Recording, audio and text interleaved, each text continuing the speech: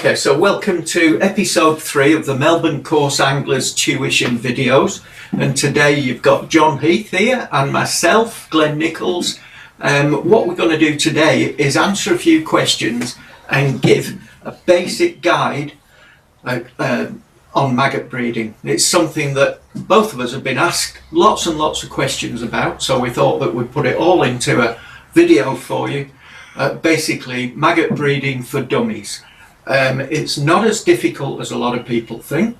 It's not as smelly as a lot of people think, and it's certainly going to save you a fortune with bait. Alright, so John and I have been doing this in breeding our own bait here in Melbourne for probably over 40 years, would you agree? Yes, a lot of maggots. A lot of maggots. And through trial and error, I think it's safe to say that we've streamlined that now, so that we've got a very efficient breeding. I've been doing this for probably over 40 years for several reasons. Maggots are available in the country, but quantity and quality is very questionable. But for the main reason that price is a big issue if you want to use a large volume of maggots, which we do require for match fishing. So John's methods are very similar to mine.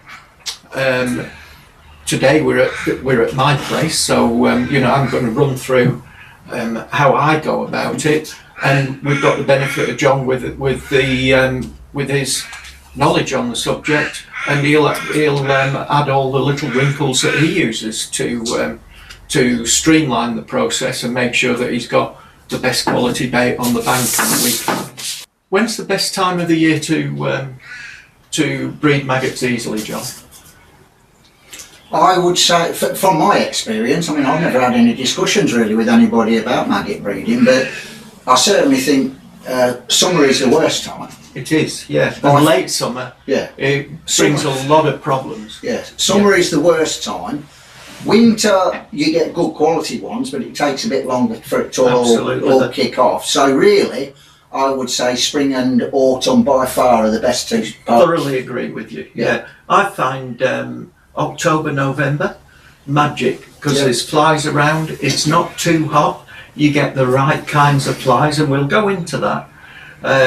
And one of the things that we do have in the early summer is, from my point of view, the Canberra Classic, and up there could use half a gallon of maggots a day. And I find it very, very easy in the lead up to that first weekend in December to breed 6, even 8 pints of maggots in a week. The temperatures are good as well, and would you agree with me that once the temperatures get too high, and I'm talking about above mid-20s, that you start getting all the flies and the attention from other creatures that you really don't want. That's absolutely right. You'll get beetles turn up. You'll get those big Concord looking flies that lay the big meat maggots, and then the hairy head jugs as well. Yeah, you get all, and also when it's too hot, the whole process warms up too much. Yeah. And the maggots that you've actually got feeding quite often come off the meat early because they've got too warm. They get sweated off because they're too hot. And then you end up with a quite a mess, to be honest, if you're not careful. Yeah. And then after Christmas, of course, once you get into January and February, in this area here, and I don't know if Eltham's the same, we get a lot of European wasps. Yes. Yeah. And once you start getting wasp attention, there's only a couple of things that you can do. You can stop breeding the maggot, or what I do, I'll put the meat out that I want to be blown, but I'll put another bowl out which is more accessible, which is really sacrificial meat for the wasps. Yes. Yeah. I would say though that the wasps only like fresh meat.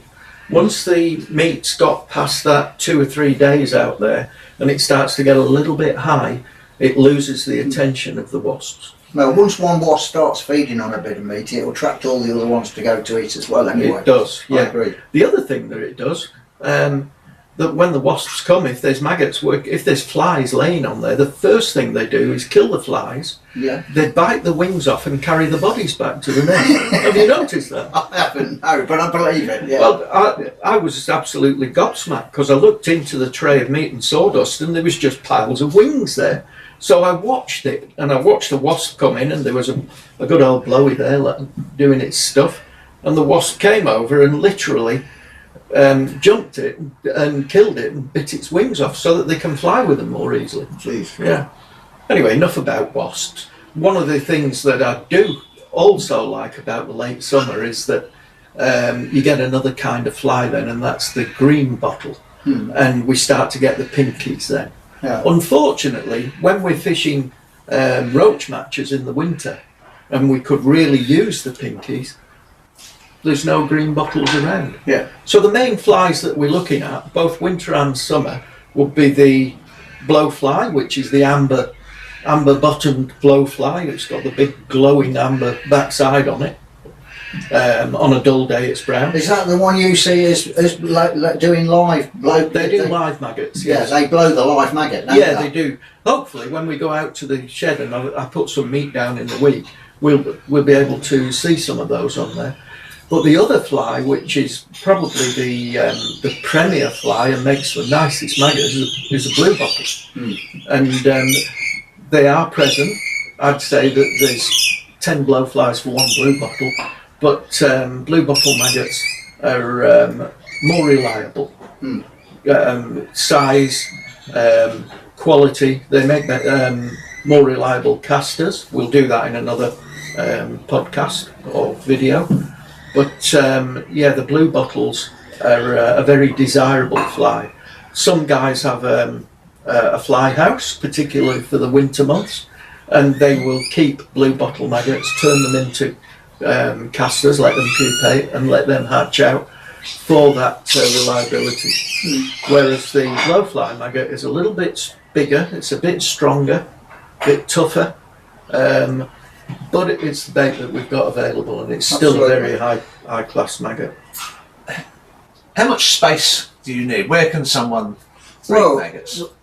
One of the things that Richard has done, he's given us a little list here of what he thinks we should be asking, and on his list he's got where should we have or grow maggots, and you can pretty much do it anywhere. I mean, you can use a shed, you can use covered containers somewhere in your garden, you could use a bucket with a cover on it. I think it's generally better if you're out in sunlight to put a cover over it. The flies seem to work better if they're in a darker environment than being out in bright sunshine on them.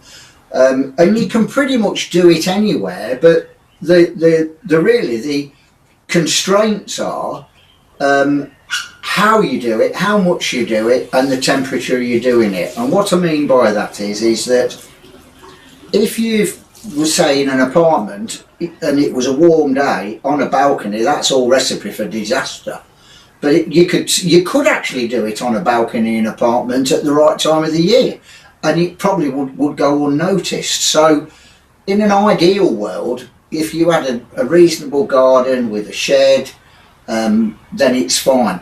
But you'll see when we go out with the video, Glenn's living in a very similar place to me with probably about as much garden as I've got, and he generally does it without too much of a problem because of the experience he's got about the volume he's trying to do, and also the time of year where you're doing it consistently.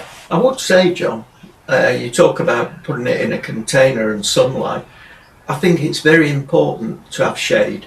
Yes. Even if you've not got a shed or something, if you've got a leafy part of your garden where you've got a nice tree and permanent shade, really, the last thing you want is to try and do it in full sunlight. And my experience is that if you put a bowl of meat out for a blow and you put it out in full sunlight, you'll get a lot of flies, but none of them will lay. They're all, it's like a social event. They're all going to be there, and if the meat's wet, they're going to feed on that meat and then go.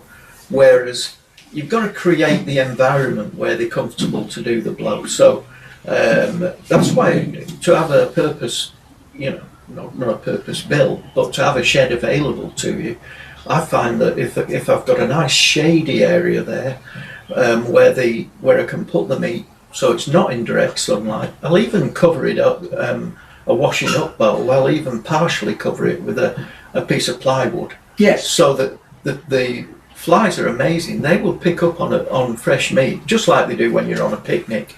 They'll come from nowhere, and the flies will soon be there. But if you want them to actually breed, it's not a case of giving them silk sheets and plain Barry White for them or anything like that. It's a case of giving them a coolish area where they're not in direct sunlight. And what you'll find then is that you get fewer flies going in there, but they are flies that do want to release their eggs. And when flies are ready to release their eggs, they get quite desperate to find the right environment.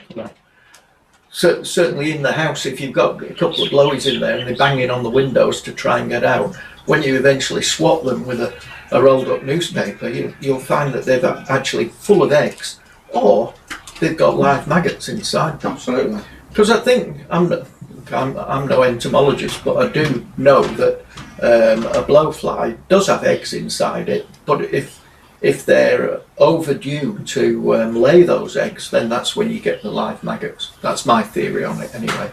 So when they're really ripe to get rid of those, and breed, when they actually get on the meat, it's live maggots that come out. In my case, I've got 3 spots that I breed maggots. One of them is in the shed.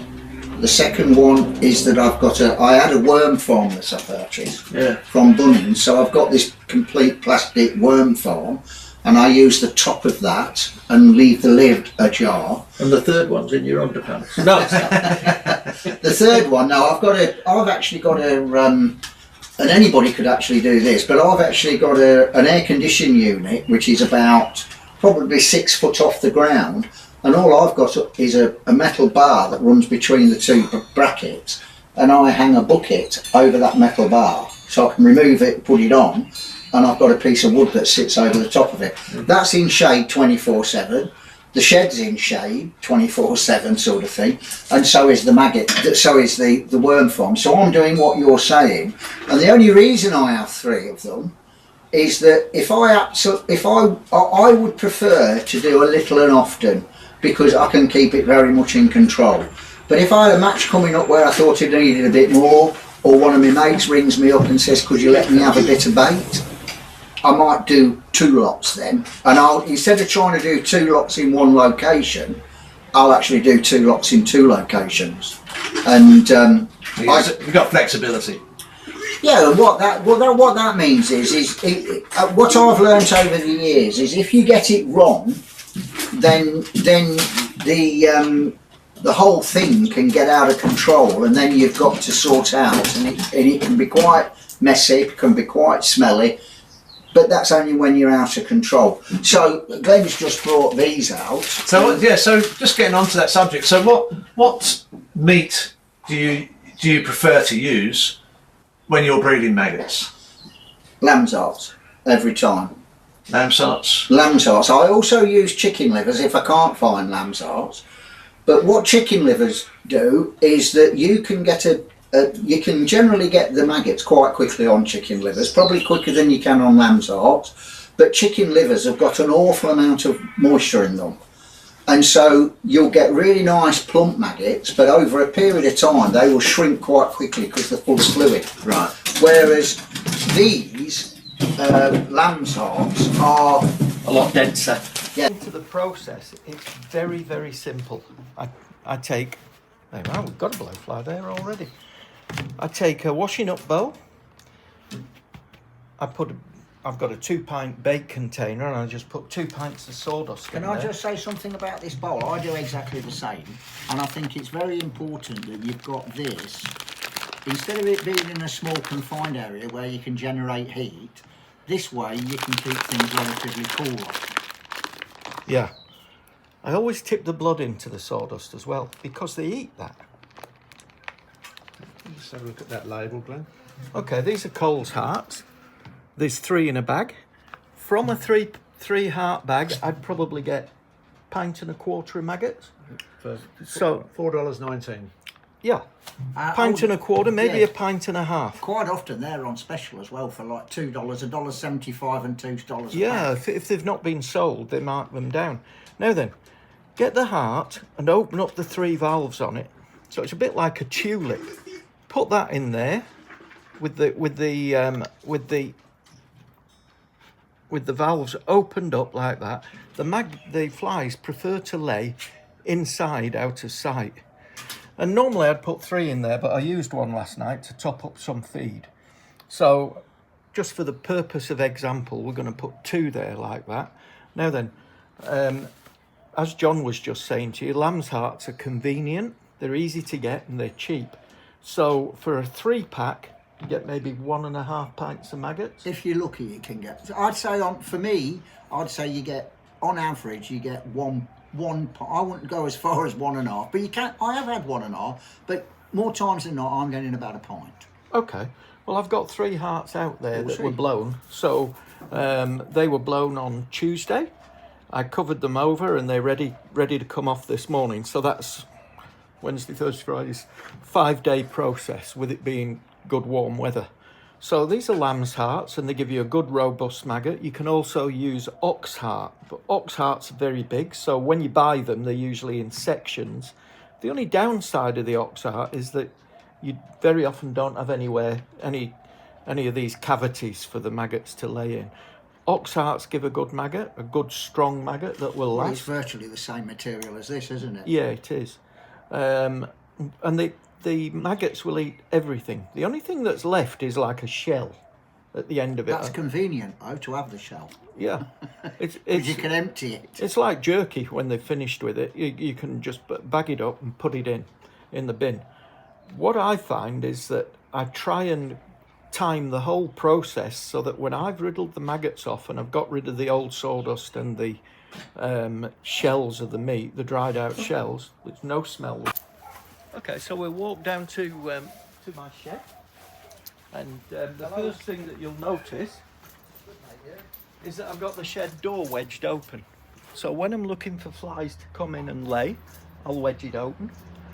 Once I've had enough flies and enough blow there, I'll actually close the door so that you don't get the attention of any more. The only exception to that, if it's going to be a really hot day, I'll leave it open anyway. I'm just round at Glenn's house with Stuart and Glenn doing a podcast. Okay. So what I'm going to do with this bowl here, what I'm going to do with these here is now put this on the shelf in the shed, ready for the flies to give it their attention. Now here's one that I put out 2 days ago, and you can see here that there's already some little blowflies working on it. They're inside as well. They're inside it, and that there is fly blow. Now the amount of blow that's on here, it's very much a case of suck it and see, but John and I do this a lot, so I think it's safe. Yeah, it's safe to say that we'll probably add some more hearts to that once they get working. But once we're at this stage and there's enough blow on there, what I then do is get another container of sawdust and I cover those over. And that does a couple of things. That insulates and isolates the meat that's in there. So no more flies can now get onto that to blow. So that now is a controlled amount of meat for a controlled amount of maggots. This is important in the winter because in the winter it insulates from the cold and allows as the maggots grow in there, they actually produce their own heat. You can put your hand underneath sometimes in the winter, you can feel the warmth from it and you know that they're doing well. The whole process probably takes 3 times as long in the winter. You know, it's a 4 or 5 day process in the summer from putting fresh meat out to taking them off. In the winter it can be nearly 2 weeks, can't it? But the quality is tremendous because in the winter those maggots will just keep eating and eating and eating and you get really good quality bait. And because it's cold, they don't go stale. So I'll put that one in there, and in probably 2 or 3 days they'll be ready for taking off. Now this bowl I actually covered up on Tuesday, and you can see from that, I'll just take these casters out. They were in the sawdust because I had a pinky escape, so I'll get rid of those. But you can see in here now, once the maggots, this is as light as a feather now. I'll show you, here's the actual maggots in here.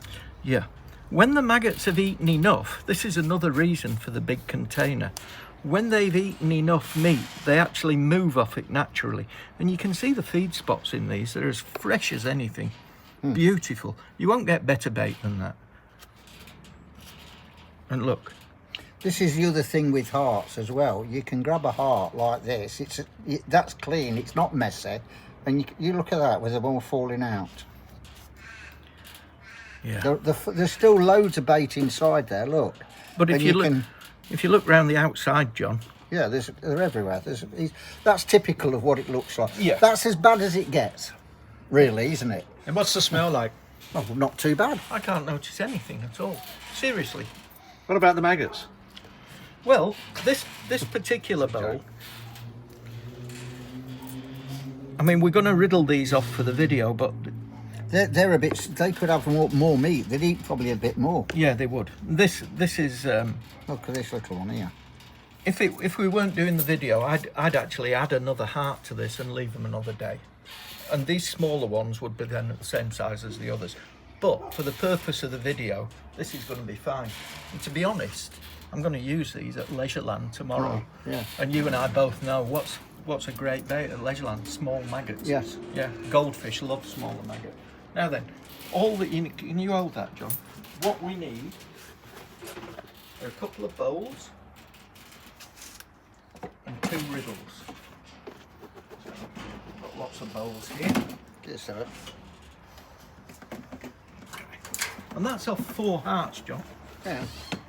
This is what I generally do in my buckets. Is you're stirring them up, but they're also coming off the bait, and I'm not touching them, coming off the meat, I mean, and just to disturb them, they all get active, and you can see there. Choking me on sawdust, Ed.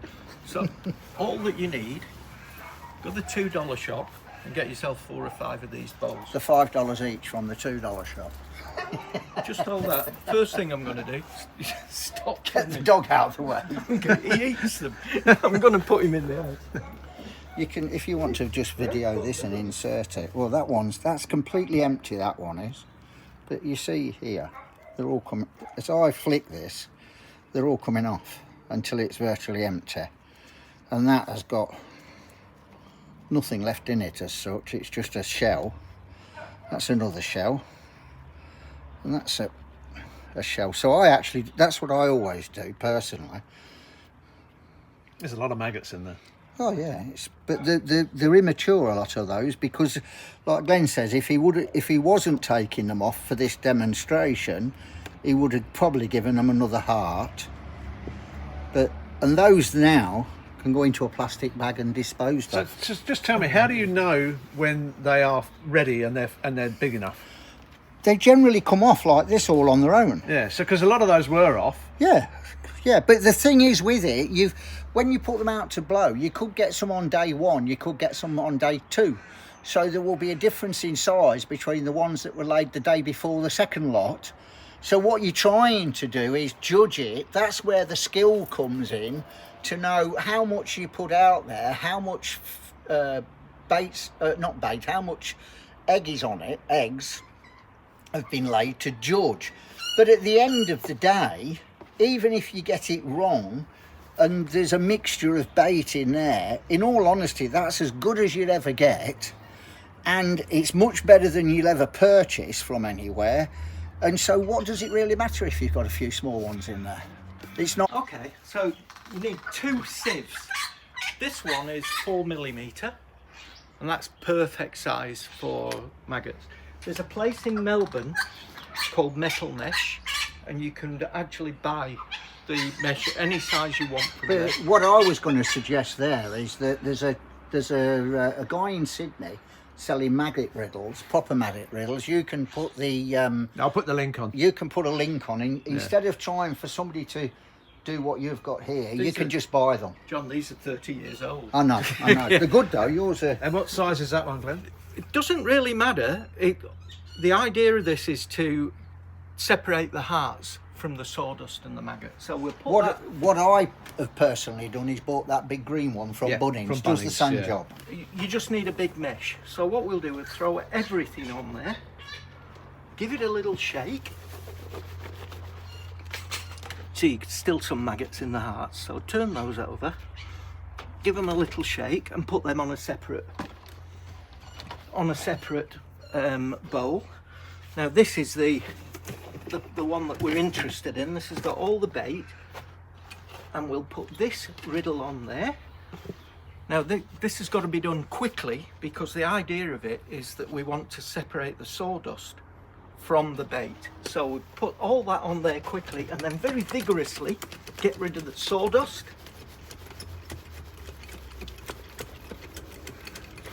Put the maggots on there. They'll go straight through that mesh.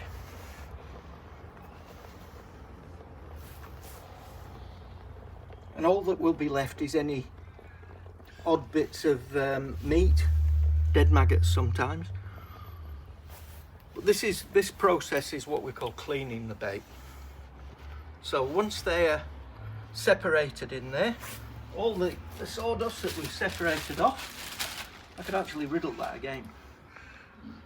One of the things what I would add is there are 1 or 2 maggots dropping in here which are going in, and I mean you'd get that off of anything, but that's not a bad thing, because what that'll do is put flies in a few weeks in the area which Glenn wants anyway. So these will just naturally stay in this area. Yeah.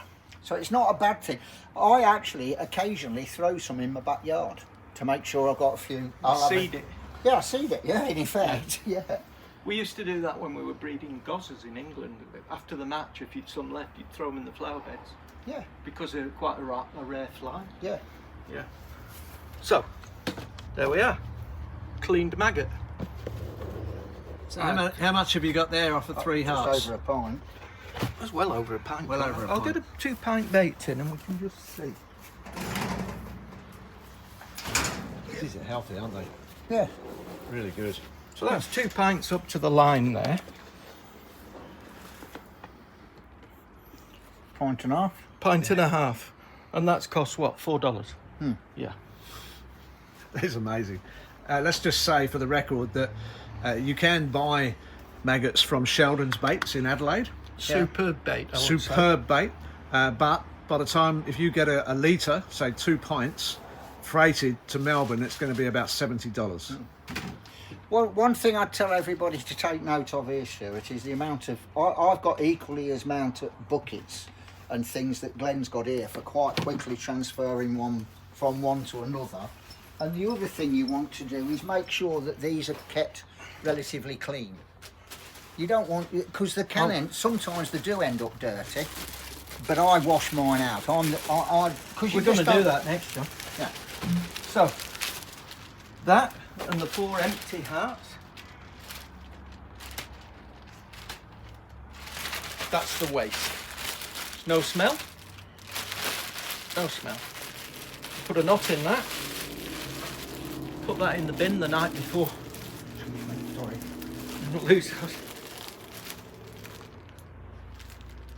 That's it. You do need sawdust. You need lots of sawdust, because I'm going to put fresh dust on those now. And they're my bait for tomorrow. So when you've riddled them off like that, you still put a bit of sawdust in because they're still going to sweat a bit. Yeah, if I put those in the fridge now, they will all clump because there's no air between them, and they will die. And they'll get very hot because there's a lot of friction going on in there as well. What is the point of, just while we're talking about dead maggots, what is the point of using dead maggots for bait and for hook bait? Well, they're more inert on the bottom, aren't they? So, Stuart, a nice big handful of sawdust. The sawdust is from Pollard's Sawdust, which is on Yan Yan Road. What suburb's that, John? Yarrambat. Yarrambat. Yan Yan Road. Go and see Peter there. And the dust to pick is called fine pine. It's the right grade of sawdust to give oxygen, air spaces between the maggots, but it goes through the riddle very easily, or the sieve. And they're ready. Beautiful. They've probably taken me as far as labour, effort, 20 minutes. Yeah. 5 minutes to put the meat out, 5 minutes to cover it up, and 10 minutes to clean them. That's going in the wheelie bin. So these are the bowls that I've just used today. There's the 2 riddles, and I just switch my hose pipe on. The one that I've bred them in probably needs the desk clean. The rest is just a rinse.